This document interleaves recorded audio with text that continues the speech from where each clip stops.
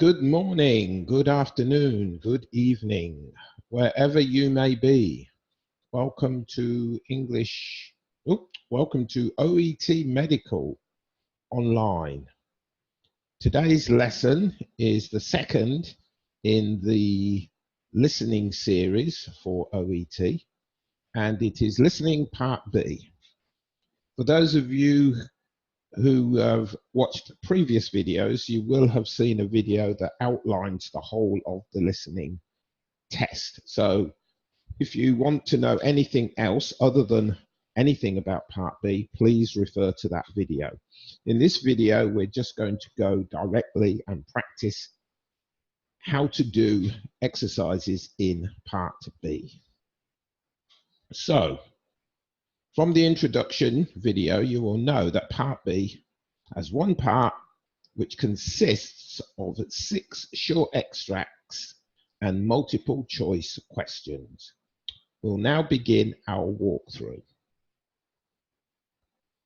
Part B is slightly more difficult than Part A because there are more dialogues, which means you have to keep adjusting to possibly new accents, new dialogues, and of course in those new dialogues will be different information each time.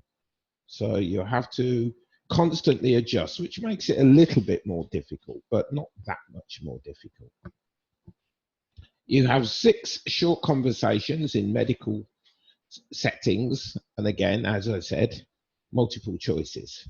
The skills are needed, same as before: prediction, paraphrasing, synonyms, word forms. So we're going to walk through the exercise. Because there are 3 questions per each sheet, we're going to do 2 of the first 3. After the video, there is a link for you to download the complete exercise, which will have all 6 questions. Okay, so in this part of the test, you'll hear 6 different extracts. In each extract, you will hear people talking in different healthcare settings. My mistake, settings. Okay, you'll hear this, you'll read this on the paper. You'll hear this in every part of the test. So I'll just leave it there so you can read it anyway. So you've got the instructions for these 25 to 30, which is all 6 questions. You choose A, B, or C, which fits the best. You'll have time to read the question before you listen, and then it will ask you to look at the first question. Now look at question 25. You'll get between about 15 seconds before you hear that short beep, and that will begin the conversation. So we have a question here. The first one is: you hear an optometrist, talking to a patient who's trying contact lenses for the first time. What is the patient concerned about? So that's our question. Blurred vision, soreness in his eyes or her eyes, or how to remove the lenses. Then we have the second one. You hear a nurse asking a colleague for help with a patient. Why does the nurse need help? Because the patient's condition has deteriorated. The patient is worried about a procedure. The patient is reporting increased pain levels. For this video, we're not going to do the third one, but it will be in the exercises in the link provided. So let's look at the first one. So I've underlined keywords from the title here: optometrist, first time. And I've also underlined here concerned. So these 2 will go together because you can pick out little bits from the title, but I personally would add them to the question because all of this is going to be together. So for my choices, I've put blurred vision, soreness, remove. Don't write the whole phrase. Just remember, we're talking about time here. So just underline quickly the things that will help you. So I've put blurred vision, soreness, remove. Okay. So what we're going to do now is we're going to listen to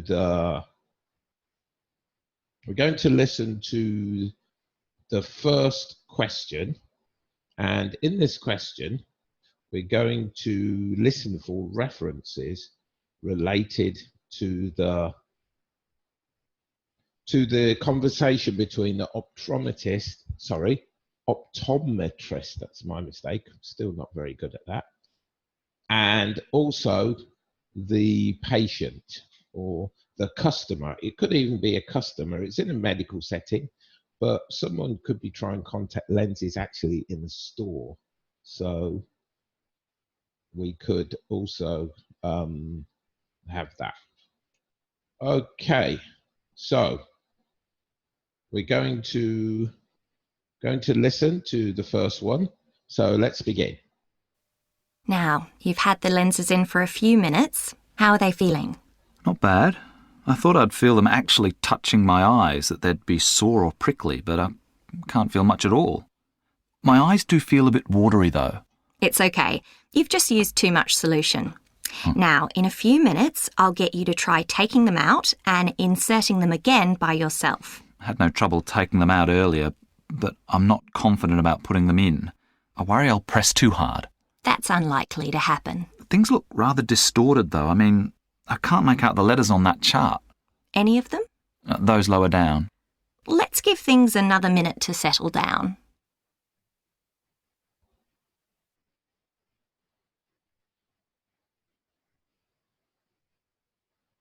Okay, so that's the first conversation. So if you listen to the conversation, you will hear different references.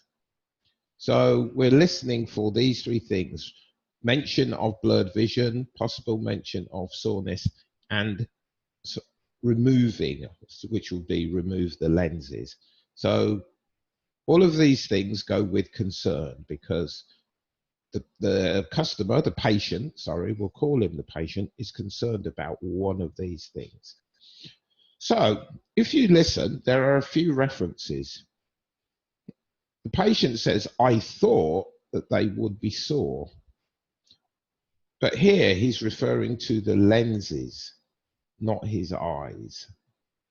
Okay, he thought the lenses would make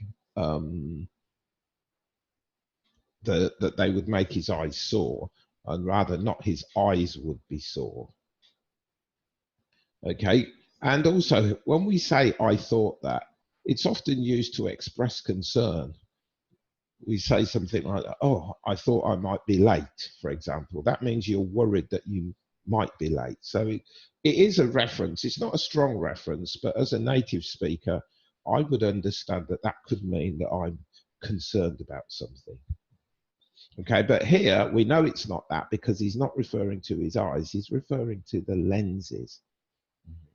He actually says, I thought I'd feel them touching my eyes. Them is the lenses, that they would be sore. They is referring to the lenses, but he's not talking about that. So he's not talking about his eyes, because it's soreness of the eyes. If we go back to our thing, soreness in his eyes. So he's talking about soreness of the lenses. So that's not the answer. And also, he was worried about how to remove the lenses. So I've just put remove, obviously. Remember, we're not writing out whole phrases here. We don't have time. So we use single keywords when we can. So there is another reference. He also says, I had no trouble taking them out earlier. Taking them out is a clear reference to remove. So that's not an issue, because he had no problems taking them out. But he said, I'm not confident putting them in. So it's actually the opposite. So it's not remove is not the answer, because he had no problem removing them. Then he mentions that things look distorted and he can't make out the letters on the chart. Now, can't make out. When you're looking at something and you can't make it out, it means it's not in focus. You can't see it clearly. That could be different reasons. It could be too far away for you to read, even if you've got good eyes, or it could be that your vision is blurred. They're the two main reasons. So distorted here means we can't see clearly, which is a synonym of blurred. So blurred, we say blurred vision. So the answer here is blurred vision. So we can see that soreness of the eyes and removing the lenses are not his concern. His concern is that when he looked at the chart, he couldn't make out the letters because things looked distorted. Okay, so that's the first one. So in 26, which is the next one, our keyword choices are asking help patient. I don't think we really need these because they don't help the situation. The keyword choices are condition deteriorated, worried about the procedure, reported increased pain, because all of this is about the patient. Yes, we've got the patient, but in the title, one nurse is asking her colleague for help. So in this situation, it's not really relevant. And again, we'll listen for references to any of the key words, in this case, these key phrases. So again, we're going to listen to the next dialogue. Kathy, could you help me with the patient in bed 103? The woman who had surgery 2 days ago. Oh, yes, she's due for discharge today, isn't she? Does her pain relief need topping up again? I thought she wasn't very comfortable this morning. Oh, she's on a reasonably low dose, but she's coping. She needs her chest drains removing, though, and she's got herself into a bit of a state. Ah, well, that's a two-person job anyway, so I'll come with you. Has the consultant seen her? I know there was some concern yesterday about her condition and the level of the fluids draining into the bags. Oh, he's cleared her for removal of them today, but I think some reassurance might be needed first. Right. I might just check her analgesia and give her more before we go ahead. Okay.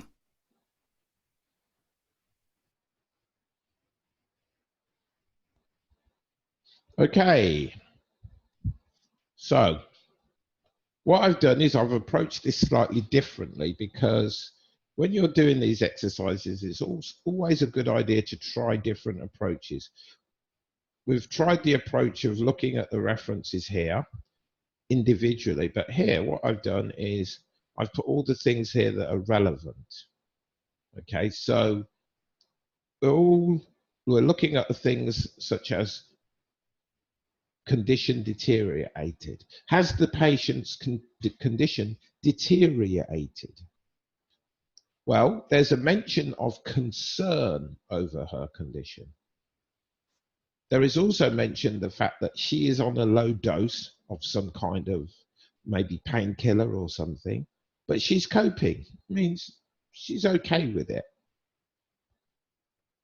That could also be to do with increased pain, because if your condition deteriorates, it could be the fact that something's becoming more painful. Those two are quite similar, so it could be either, but it's more likely to be pain. She needs her chest drains removed. Okay, the chest drains is a procedure, so that's referencing a procedure. You guys are medical professionals, you should know that that is a procedure, removing chest drains. Though she got herself into a bit of a state, it means when you get really worried about something, that's listed underneath. And he's cleared her for removal of them today, so chest drain removal. The doctor said she can have her chest drains removed, but some assurance might be needed. You only assure people about something when they're worried about something. For example, when you have an exam and you're worried about it, you know, someone might say, oh, don't worry, you'll be fine, you'll do well, you'll pass the exam. That is what we call assurance. We only use it when someone is worried about something. So the first one, condition deteriorated. There is concern that her condition is deteriorating, but there's no mention that it has. There's no confirmation.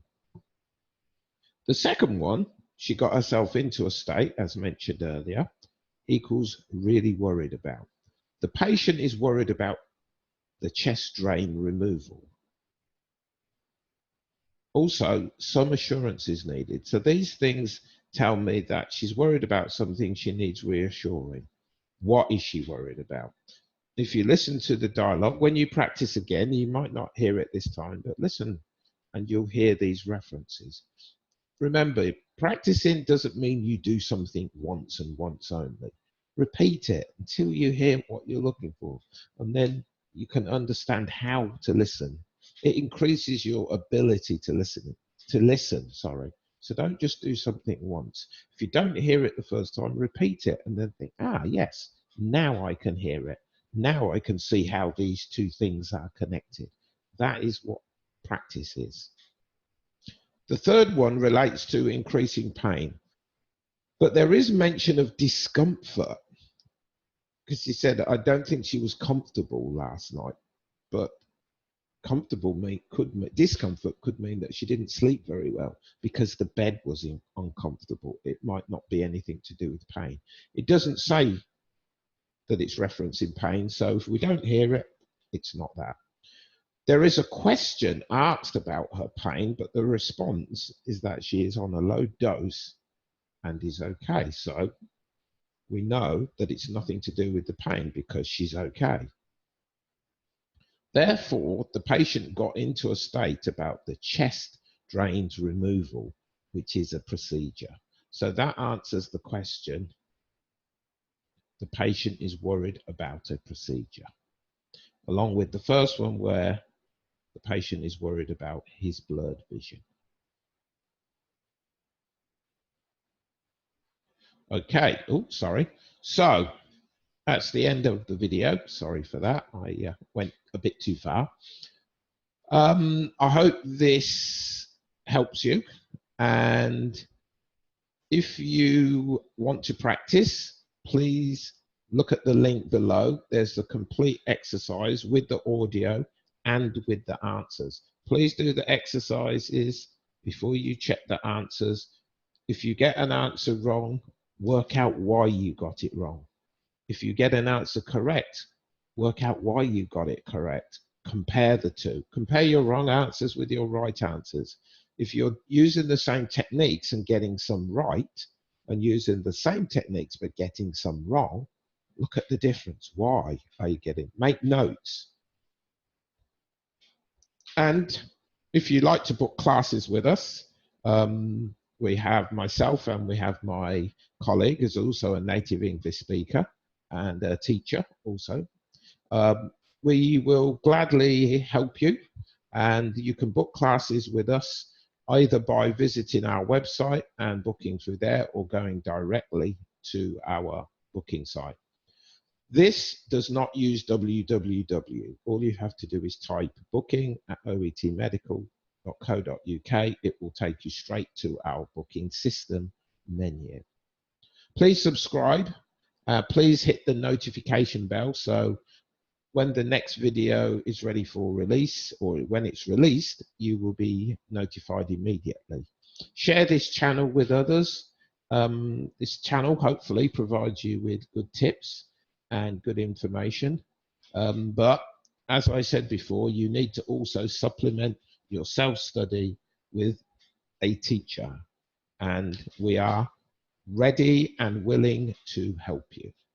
Thank you very much, and see you in part C.